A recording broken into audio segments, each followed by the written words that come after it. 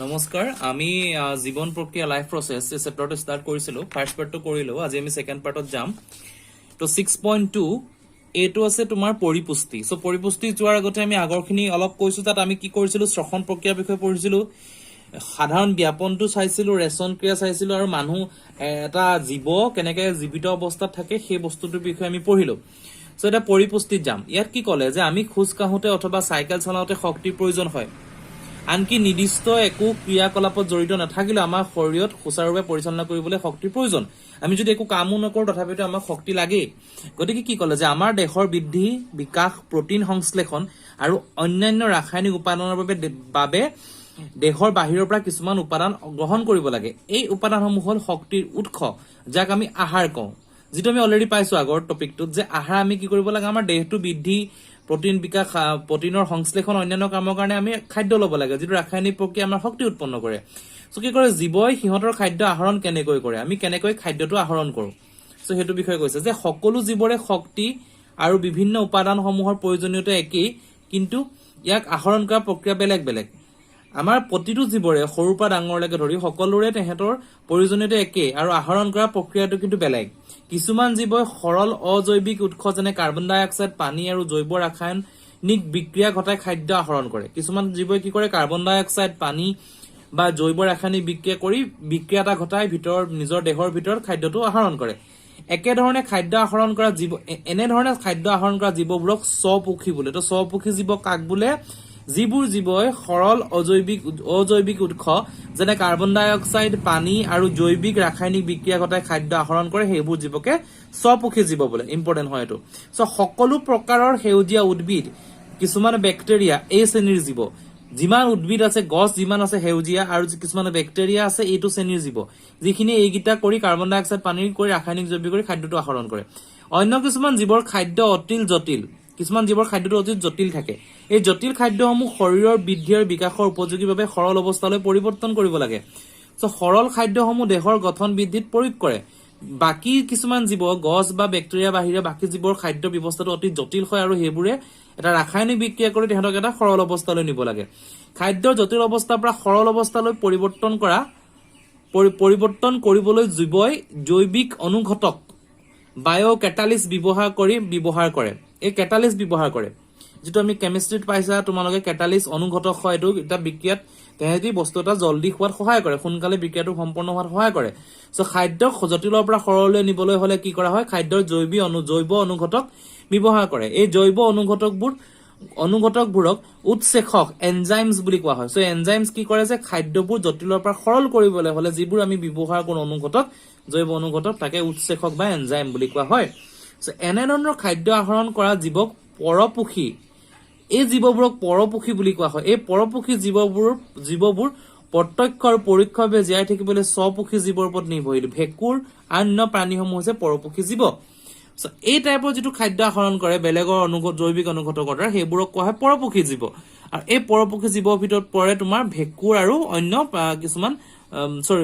তেহেঁতি পৰপোষী জীৱবোৰে স্বপোষী জীৱৰ ওপৰত নিৰ্ভৰ কৰে ভেকুৰ আৰু প্ৰাণীসমূহ পৰপোষী জীৱ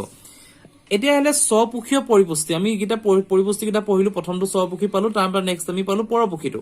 তো স্বপোষীয় পৰিপুষ্টি কি বোলে স্বপোষীয় জীৱ এটাই প্ৰয়োজনীয় কাৰ্বন আৰু শক্তি আলোক সংশ্লেষণ প্ৰক্ৰিয়াৰ দ্বাৰা সংগ্ৰহ কৰে ই এনে এক প্ৰক্ৰিয়া যাৰ ফলত স্বপোষীয় জীৱই বহি পৰিৱেশৰ পৰা আহৰণ কৰিব পাৰে কিছুমান দ্ৰৱক পৰিৱৰ্তন ঘটাই সিহঁতে নিজৰ দেহৰ শক্তি হিচাপে সঞ্চিত কৰিব পাৰে সো বাহিৰৰ পৰা লৈ নিজৰ দেহত হেদি দ্ৰব্যখিনিক পৰিৱৰ্তন ঘটাই শক্তি হিচাপে হেদি তাত সঞ্চিত কৰে এনেবোৰ জীৱই বহি পৰিৱেশৰ পৰা আহৰণ কৰি লোৱা কাৰ্বন ডাই অক্সাইড আৰু পানী সূৰ্যৰ পোহৰৰ উপস্থিতিত পত্ৰশৰীৰৰ সহায়ত কাৰ্বহাইড্ৰেটলৈ পৰিৱৰ্তন কৰে কেনেকৈ কাৰ্বহাইড্ৰেটটো উলিয়ায় কাৰ্বন ডাই অক্সাইড আৰু পানী সূৰ্যৰ পোহৰৰ উপস্থিতিত পত্ৰশৰীৰৰ সহায়ত এই পইণ্ট কিটা মনত ৰাখিবা কাৰ্বন ডাই অক্সাইড আৰু পানী সূৰ্যৰ পোহৰৰ উপস্থিতিত পত্ৰশৰীৰৰ সহায়ত কাৰ্বহাইড্ৰেটলৈ পৰিৱৰ্তন কৰে এই কাৰ্বহাইড্ৰেট বিলাকে কামত লাগি উদ্ভিদক শক্তি যোগান ধৰে ই কেনেকৈ সংঘটিত হয় তাৰ বিষয়ে আমি পিছৰ অংশতে পঢ়িম তো যিখিনি কাৰ্বহাইড্ৰেট লগে লগে ব্যৱহাৰ নহয় সেইখিনিক চেতহাৰ হিচাপে সঞ্চিত হয় আৰু এই সঞ্চিত চেতহাৰ পৰা প্ৰয়োজন সাপেক্ষে উদ্ভিদে শক্তি আহৰণ কৰে সেই চেতহাৰ পৰা প্ৰয়োজন সাপেক্ষে উদ্ভিদে শক্তিটো ল'ব পাৰে এই একে অৱস্থা আমাৰ ক্ষেত্ৰতো ঘটে অৰ্থাৎ আমি খাদ্য হিচাপে গ্ৰহণ কৰা আহাৰবিলাকৰ পৰা আহৰণ কৰা শক্তি আমাৰ দেহত গ্লাইকোজেন হিচাপে সঞ্চিত হয় যে আমি খাদ্য হিচাপে যিমানখিনি খাদ্য আমি খাওঁ তাৰ পৰা যিটো আমি শক্তি পাওঁ সেইখিনি আমাৰ দেহত কি হিচাপে থাকে গ্লাইকোজেন সো এটা কৈছে কাৰ্বন ডাই অক্সাইড আৰু ৱাটাৰ এটা পানী কৈছে কাৰ্বন ডাই অক্সাইড আৰু পানী পত্ৰশৰীত আৰু সূৰ্যৰ পোহৰ আগৰ সেন্টেন্সটোত আছিল কাৰ্বন ডাই অক্সাইড আৰু পানী পত্ৰশৰীত আৰু সূৰ্যৰ পোহৰ সহায়ত গ্লুকোজ উৎপন্ন কৰে অক্সিজেন উৎপন্ন কৰে আৰু পানীটো উৎপন্ন কৰে সো হালুক সংশ্লেষণ প্ৰক্ৰিয়াত কি হয় তো অতি ইম্পৰ্টেন্ট কোৱেশ্চন আহিব পৰীক্ষাত সো হালুক সংশ্লেষণ প্ৰক্ৰিয়াত প্ৰকৃততে কি হয় তাৰ বিষয়ে আমি এটা আলোচনা কৰো এই প্ৰক্ৰিয়া তলত দিয়া ধৰণে সংঘটিত হয় প্ৰথমতে কি হয় পোহৰ যিটো শক্তি আহে পত্ৰশৰীতৰ দ্বাৰা শোষণ পোহৰত এটা শক্তি থাকে যিটো সূৰ্যৰ পোহৰ থাকে আমি পত্ৰশৰীতৰ দ্বাৰা শোষণ কৰো নেক্সট পোহৰ শক্তিক ৰাসায়নিক শক্তিলৈ পৰিৱৰ্তন আৰু পানীৰ অণুক হাইড্ৰজেন আৰু অক্সিজেনলৈ পৃথকীকৰণ পোহৰৰ শক্তিটো আমি ললো নেক্সট এই শক্তিটো ৰাসায়নিক শক্তি কৰিলো পানীৰ যিটো অণু থাকে এটা হাইড্ৰজেন আৰু অক্সিজেন দুটা বেলেগ বেলেগকৈ আমি ভাগ কৰিলো দেন কি হৈছে কাৰ্বন ডাই অক্সাইড বিজাৰণৰ দ্বাৰা কাৰ্বহাইড্ৰেট উৎপন্ন কাৰ্বন ডাই অক্সাইডত আমি বিজাৰণ কৰিলো অক্সিজেনটো আঁতৰাই দিলো তেতিয়া আমি কি পালো কাৰ্বহাইড্ৰেট উৎপন্ন হল এইকেইটা ষ্টেপ হৈছে তোমাৰ হালুক সংশ্লেষণৰ সো এইকেইটা তোমালোকে মনত ৰাখিব লাগিব এই দশাসমূহ এটাৰ পিছত এটাকৈ লেঠাৰিকৈ সংঘটিত হোৱাৰ প্ৰয়োজন নাই এইটো এনেকুৱা নহয় যে এইটো হ'ব এনেকুৱা প্ৰয়োজন নাই উদাহৰণ হিচাপে মৰুজ উদ্ভিদে কাৰ্বন ডাই অক্সাইড ৰাতি গ্ৰহণ কৰি এটা মধ্যৱৰ্তী যৌগ সৃষ্টি কৰে আৰু তাৰ পৰাই দিনৰ ভাগত পত্ৰশৰীতৰ দ্বাৰা শক্তি শোষণ কৰি লয় এইটো প্ৰতিটো জীৱৰ ক্ষেত্ৰতে শ্ৰেয়লি হ'ব বুলি কোৱা নাই যে কিছুমান জীৱ আছে যেনে মৰুজ উদ্ভিদ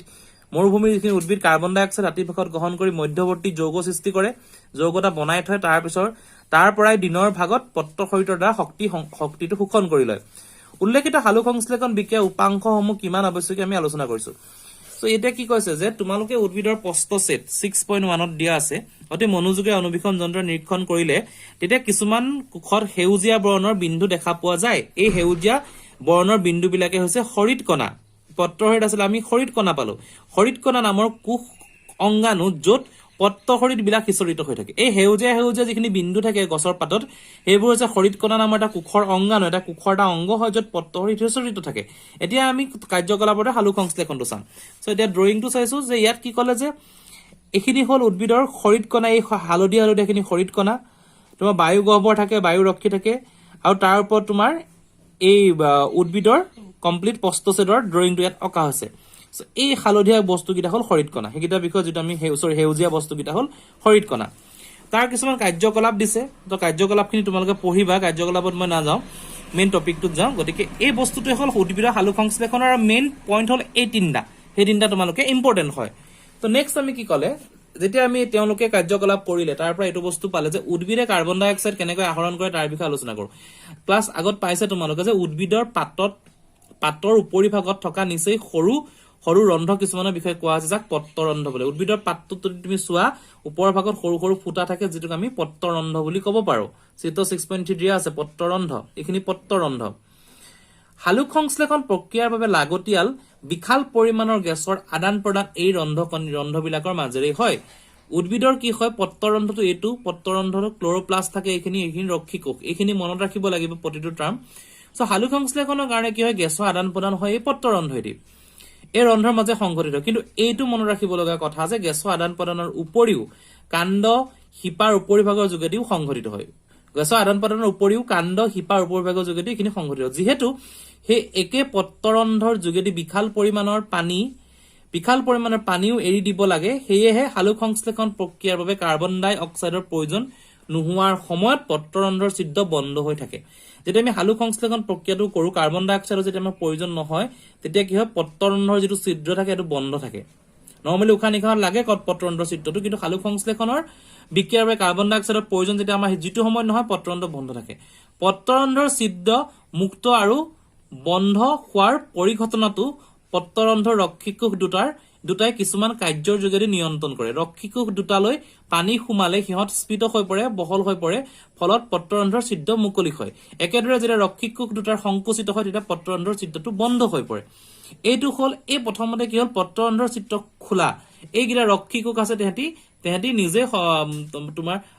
এইটো পৰিস্থিতিৰ কাৰণে পত্ৰৰন্ধটোৰ কাৰণে ৰক্ষী কোষ দুটা তোমাৰ স্ফীত হৈ পৰে তো তেতিয়া পত্ৰৰন্ধ খোল খাই যায় আৰু যেতিয়া সংকুচিত হৈ যায় পত্ৰৰন্ধটো বন্ধ থাকে এই দুটা ড্ৰয়িং হয় উদ্ভিদৰ পাতৰ গতিকে পত্ৰৰন্ধ হৈছে সেইটো আৰু নেক্সট এটা কাৰ্যকলাপ কৰিছে দুটা সজীৱ উদ্ভিদ লৈছে উদ্ভিদৰ লৈ পৰীক্ষণৰ হাজলি পটাছিয়াম হাইড্ৰক্সাইডৰ উপস্থিতি পটাছিয়াম হাইড্ৰক্সাইডৰ অনুপস্থিতি এইকেইটা পঢ়িবা উপস্থিতিত কি হয় অনুপস্থিতিত কি হয় সেইখিনি তোমাৰ কাৰ্যকলাপত আছে এতিয়া কি হল ইয়াত কলে যে উল্লেখিত কাৰ্যকলাপ দুটাৰ ওপৰত ভিত্তি কৰি হালুক সংশ্লেষণ প্ৰক্ৰিয়াৰ বাবে যে সূৰ্যৰ পোহৰ অপৰিহাৰ্য তাক প্ৰতিপন্ন কৰাকৈ এটা পৰীক্ষামূলক আৰ্হি গঠন কৰিবলৈ কৈছে ইয়াত সো হেতু হয় হালুক সংশ্লেষণৰ কাৰণে সূৰ্যৰ পোহৰটো অপৰিহাৰ্য এতিয়ালৈকে আমি স্বপক্ষী জীৱ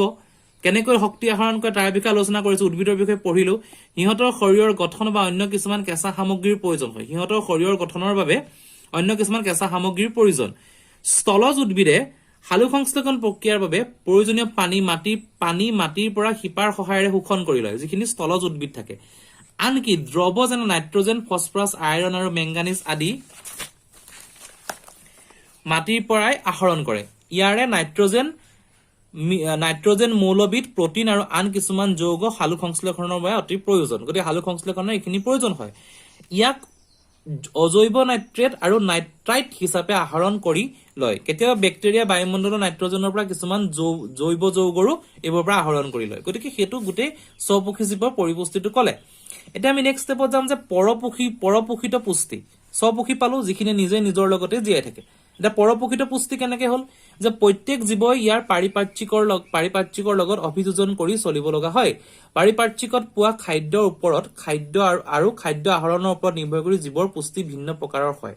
বেলেগ বেলেগ পৰিস্থিতিত তেহেতৰ মানুহখিনি পৰিবেশৰ লগত বেলেগ বেলেগ হৈ যায় জীৱখিনি উদাহৰণস্বৰূপে যদি খাদ্য উৎস ঘাঁহ জাতীয় উদ্ভিদক গৰুবোৰে কেনেকৈ আহৰণ কৰে বা সিংহ এটা হৰিণা এটা খাদ্য হিচাপে গ্ৰহণ কৰোতে কি অংগ ব্যৱহাৰ কৰা হয় তাক সহজে বোধগম্য কৰিব পাৰি জীৱৰ খাদ্য সংগ্ৰহৰ কৌশল প্ৰণালীৰ একোটা পৰিসৰ থাকে জীৱই যে খানাটো সংগ্ৰহ কৰে সকলোৰ এটা পৰিসৰ থাকে কিছুমান জীৱই দেহৰ বাহিৰত পচন হোৱা পাছত সৰল অৱস্থা আহাৰ দেহে শোষণ কৰি লয় কিছুমান জীৱ বাহিৰৰ পৰা লয় উদাহৰণস্বৰূপে পুৰণা ৰুটিত গজি উঠা ভেঁকুৰ যেনে ইষ্ট কাঠফুলা পুৰণা ৰুটি বা পুৰণা ব্ৰেডত তোমালোকে ইষ্ট কাঠফুলা এইবোৰ গজি উঠে আদিয়ে এনেকৈ খাদ্য সংগ্ৰহ কৰে আনহাতে কিছুমান জীৱই খাদ্যভাগ সম্পূৰ্ণৰূপে আহৰণ কৰি দেহৰ ভিতৰত পাচিত কৰে এহেঁতি কি কৰে এই ভেঁকুৰখিনিয়ে কাঠফুলাখিনিয়ে বাহিৰৰ পৰা পচন হোৱা খানাটো লয় কিছুমানে খানাটো ভিতৰত সুমুৱাই লয় দেহৰ ভিতৰত তাৰ পিছত পচন কৰে কেনেধৰণে আহাৰ দেহৰ ভিতৰত পচিত হয় সেইটো নিৰ্ভৰ কৰে জীৱৰ দেহৰ গঠন আৰু কাৰ্যৰ ওপৰত কেনেকে আহাৰটো পাচন হয় গঠনৰ কাৰ্যৰ ওপৰত নিৰ্ভৰ কৰে আন কিছুমান জীৱই উদ্ভিদ নতুবা প্ৰাণীক নমৰাকৈ সিহঁতৰ পৰা পুষ্টি আহৰণ কৰে এই ধৰণৰ পৰজীৱী পুষ্টি কৌশল অৱলম্বন কৰা জীৱৰ উদাহৰণ হল আকাশীলতা দেখিছা চিকৰা উকনি জোক ফিটাপেলু চিকৰা উকনি এইবোৰ উকনি মানুহ চুলিত হয় জোকে বাহিৰৰ পৰা আমাৰ তেজটো খাব পাৰে ফিটাপেলু পেটত থাকে গতিকে এইখিনি কি কৰে তেহেঁতি পৰজীৱী পুষ্টি অৱলম্বন কৰে জীৱটোৰ পৰা য'ত তেহেঁতি থাকে তাৰ পৰা পুষ্টিটো লয় গতিকে আমি উদ্ভিদ পঢ়িলো পৰজীৱী পঢ়িলো স্বপক্ষী পৰপোষিত পঢ়িলো এটা নেক্সট কৈছে জীৱই কেনেকে আহৰণ কৰে এতিয়া কথাটো হ'ল জীৱৰ খাদ্য আৰু ইয়াৰ আহৰণ প্ৰক্ৰিয়া ভিন্ন হোৱাৰ বাবে জীৱৰ পাচনতন্ত্ৰ ভিন্ন প্ৰকাৰৰ হয় মানুহ বুলি নহয় প্ৰত্যেক জীৱৰে পাচনতন্ত্ৰটো বেলেগ বেলেগ প্ৰকাৰ হয় এককোষী জীৱৰ ক্ষেত্ৰত ইহঁতৰ দেহৰ বাহিৰ বৰণখনেই খাদ্য সংগ্ৰহ কৰে এককোষী জীৱসমূহৰ দেহৰ গঠন যিমান জটিল হয় সিমানে বেলেগ বেলেগ কাৰ্য সম্পাদনৰ বাবে নিৰ্দিষ্ট অংগৰ সৃষ্টি হয় যিমানে জটিল হয় গঠনটো সিমানে বেলেগ অংগৰ প্ৰয়োজন উদাহৰণস্বৰূপে এককোষী জীৱ এমিবাই দেহৰ কোষাবৰণৰ দ্বাৰা সৃষ্টি হোৱা আঙুলিৰ সদৃশ এবিধ কুট পদৰ সহায়ত খাদ্য সংগ্ৰহ কৰি খাদ্য ৰিক্তিকাৰ সৃষ্টি কৰে এককোষী জীৱ তেহেঁতৰ দেহতে এইবোৰ সৃষ্টি হয় খাদ্য ৰিক্তিকাৰ ভিতৰতো জটিল খাদ্যবস্তু সৰল অৱস্থালৈ পৰিৱৰ্তন হয় পাছত সৰল খাদ্যভাগ কোষপখৰত বিলীন হৈ পৰে অপাচিত খাদ্যবস্তু কোষৰ প্ৰান্তীয় স্থানলৈ গতি কৰে আৰু শেষত কোষৰ পৰা নিৰ্গত হৈ যায় সো পেৰামেচিয়ামেও এবিধ এককোষী জীৱ ইহঁতৰ কোষৰ নিৰ্দিষ্ট আকৃতি আছে আৰু খাদ্যবস্তুৰ কোষটোৰ নিৰ্দিষ্ট অংগতহে সংগঠিত হয় গতিকে এইখিনি এককোষী জীৱৰ ক্ষেত্ৰত নিজৰ দেহটো হিচাপে তেওঁলোকে খাদ্যটো সংগ্ৰহ কৰে তো এতিয়া কথাটো হ'ল মানুহৰ পৰিপুষ্টি কি এতিয়া মানুহৰ পৰিপুষ্টিৰ বিষয়ে আমি অলৰেডি আগৰ টপিকত চাইছো যে তেওঁলোকে মানুহৰ ক্ষেত্ৰত আমি শ্বসন হয় ব্যাপন হয় ৰেচন হয় গোটেইকেইটা প্ৰক্ৰিয়াই হয় গতিকে মানুহৰ পৰিপুষ্টিৰ বিষয়ে যিখিনি হয় সেই বস্তুখিনি আমি নেক্সট ভিডিঅ'টোত চাম সো এতিয়া এইটো ভিডিঅ'লৈকে তোমালোকে হালুক সংশ্লেষণ কি হয় এইটো চাব পাৰা গছে কেনেকে কৰে শৰীৰকণা পত্ৰৰন্ধ্ৰ এইকেইটা ইম্পৰ্টেণ্ট হয় দেন এককোষী জীৱই কেনেকে কৰে আৰু পৰজীৱী যিটো স্বপোষিত থাকে নিজে নিজৰ খাদ্য তেওঁলোকে ক্ৰিয়া কৰিব পাৰে আৰু যিখিনি বেলেগৰ ওপৰত ডিপেন্ড কৰি খায় সেই গোটেই বস্তুখিনি চাবা সো নেক্সট ষ্টেপত আমি মানুহৰ পৰিপুষ্টিৰ বিষয়ে পঢ়িম থ্যাংক ইউ